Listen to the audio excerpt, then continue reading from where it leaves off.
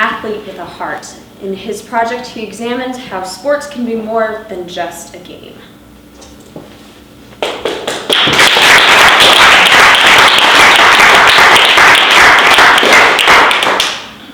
Thank you all for coming. I would like to introduce you to the 2015 NBA MVP Stephen Curry, who definitely demonstrates that basketball is a game of skill, but it is also much more than that. Hi, my name is David Abbott, and today I will be speaking to you about how basketball is an effective avenue to mentoring youth. You might be wondering why I chose this topic. Well, for starters, I worked at a camp called Camp Cedarwood for the past 2 years, where it was my job to mentor youth, and I really enjoyed it. So when this opportunity arose, I thought to myself, how can I combine this with something else that I enjoy? And I have been playing basketball for as long as I can remember, since I was a little kid with a little Tykes hoop in your house, up until middle school and eventually high school, where I was a captain on our varsity basketball team. So I thought if I combine these two, I can make a very interesting topic. First off, I would like to thank my mentor for this project, my basketball coach, John Burgess, who is in the audience. And he not only helped me form my ideas and make this presentation, but he also showed me what it meant to be a Christian leader and how that demonstrates to coaching. I wanted to study my topic to fully understand what I was doing. And these are just some things that I learned. The first is how to get respect from youth, because you can't just walk into a gym and the kids will immediately respect you. You have to earn it. And I found a great way to do that is how to lead by example. Because you can tell a kid to dribble down the court and make a layup 1,000 times in a row. But if you never show him or her how to do it, how are they ever going to know how to actually do it? Another thing I learned was why teamwork is so important at a young age. It's important in sports, obviously, because each teammate helped each other out, and no one can win a game individually. Even if you take the greats like Michael Jordan, he didn't win a championship by himself. He had great players around him, such as Scottie Pippen and Dennis Rodman. You take LeBron James, people say he's the greatest player of all time. I personally do not think so. That's for a different time. He couldn't do it on his own. He had to go down to Miami, where he played with Chris Bosh and Dwayne Wade. So teamwork is important, and also it is important when you grow up because you work with others, whether it be in your job or in schooling or in any form you encounter other people. Another thing I learned was how to deal with youth who do not want to listen. I'm going to dive into that just a little bit later. And finally, how to have fun at the same time as mentoring. Because some people take it as a burden, like they have to go coach a team or they have to go talk to this player. It should be a joy because you get to show the younger generation what you learned and to help them not only make good choices, but to not make mistakes that you have. I was able to serve in 4 ways for this. The first was I got to help out with our Barrington Christian Academy middle school basketball team.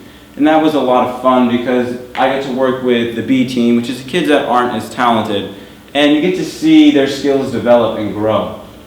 I also got to coach our JV basketball team, and that was a lot of fun because it gives me an insight on how hard coaching actually is. I remember one time during the game, the team wasn't shooting too well, and I was like, man, I really wish we had a shooter out there. And I looked to my left, and sure enough, there's one of our best shooters, and I was like, oh, I forgot he was on the bench. Go in the game. So it's a lot harder than just, oh, I want these kids to play, because sometimes you forget they're on the bench, or maybe even you're trying to get everyone an equal amount of playing time, and that can get very hard. And I also got to serve with our school's intramural basketball team, and that was also a lot of fun because they really had no skill level, honestly. And it was good because you got to teach them the basics of how to play, and that it's a joy to watch kids get better. And finally, I got to help out with our middle school gym class. And I think that that combines everything together because coaching, yes, it's about the sport, but it's about the player. So to show that you care about them enough to be in their everyday lives, that's where the step in respect comes in. I encountered 3 types of kids during my service, and I would like to describe them to you. The first one is type 1, the kids that want to be there. Now those kids are the best because they like to play. They want to play. They want to get better. They know that you're a better athlete than they are, and they know that you know what you're talking about. So they trust you and they respect you and they do what you tell them to do and you watch them grow. Type 2 is a little bit more challenging. That's the kids that they don't really care about what's going on. Say maybe their mother works a job from 9 to 5, and what do I do with my son from 3 to 5? Oh, I'll just put him on the basketball team. Well, maybe he doesn't like basketball. Maybe he's a singer or a dancer, or maybe he's a baseball player. It doesn't have to be not a sport. So it's challenging because this kid, he not only deteriorates from himself, he deteriorates from the whole practice because he is being deconstructive instead of constructive. And finally is the type 3. Now, he is a challenge because he thinks that he knows everything. You obviously know that he shouldn't shoot the ball the way he is, but he doesn't want to listen. He doesn't want to change. And I feel that type 2 and type 3, they really feed off each other because the type 2 kid who doesn't care sees that the type 3 kid isn't listening, and he's like, oh, well, he's good. I can goof around like him. And I had a unique opportunity where I encountered all 3 of these kids on the middle school B team. And the type 1 kid was probably the worst player on the team. He was pretty bad. But by the end, he was making shots. He was making good passes. He was dribbling, and the ball wasn't bouncing off his foot.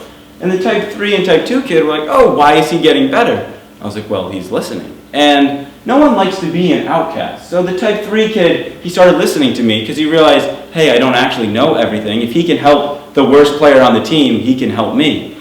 And they both started growing and getting better, that they almost started getting annoyed with the type 2 kid because he wasn't listening. And eventually the type 2 kid, with the help from his peers, the push was, okay, maybe I'll listen even if I don't want to. I wrote a research paper on my topic, and the reason these 3 gentlemen are up here, that's Ben McLemore, Kevin Durant, and Allen Iverson, they're all great basketball players, but that's not the reason why they're up there. I wrote my research paper on how basketball affects at-risk youth living in poverty. Now, all 3 of these gentlemen, even though they are great basketball players, without the sport itself, they would not be in the position that they are.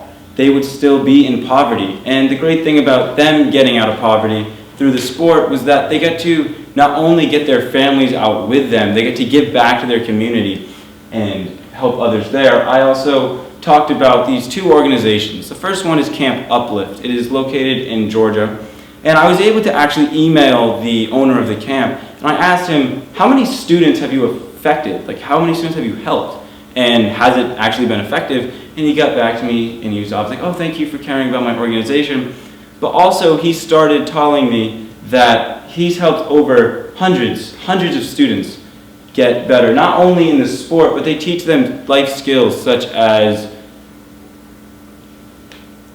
how to cook and how to clean and how to focus during an interview and how to fill out a checkbook and all that simple stuff. There's another camp called Midnight Basketball, which is not around in the United States anymore, but that was a great camp because it got in the inner city and they were able to help kids off the streets. Now, the reason why it was called Midnight Basketball because it would happen at midnight, and that is the prime time for drugs and violence. So they would take them off the streets, they would also teach them those life skills. My thesis for this paper was how basketball has been an effective outlet for at-risk youth who are living in poverty and have need of relief from their harsh living environments. I feel that there's a spiritual value to my project. I chose these 2 verses because I feel that they relate perfectly. The first is, each of you should use whatever gift you have received to serve others as faithful stewards of God's grace in its various forms. If anyone speaks, they should do so as one who speaks the very words of God. If anyone serves, they should do so with the strength God provides, so that in all things God may be praised through Jesus Christ. To him be the glory and power forever and ever. Amen. I feel that this is a great verse for my topic because everyone has been given a gift. I was given the gift to play basketball. And your gift may not be basketball. Your gift may be, like I said, dancing, acting, whatever it is. So you need to use the gift that God has given you to help the younger generation because they are the future. They are what will lead this country. We can either bring up youth who are destructive or we can bring up youth who are glorifying to God. There was an anonymous quote that said, children are the great imitators, so let's give them something great to imitate. So put on the uniform that God has given you, pick up the ball, and get on the court.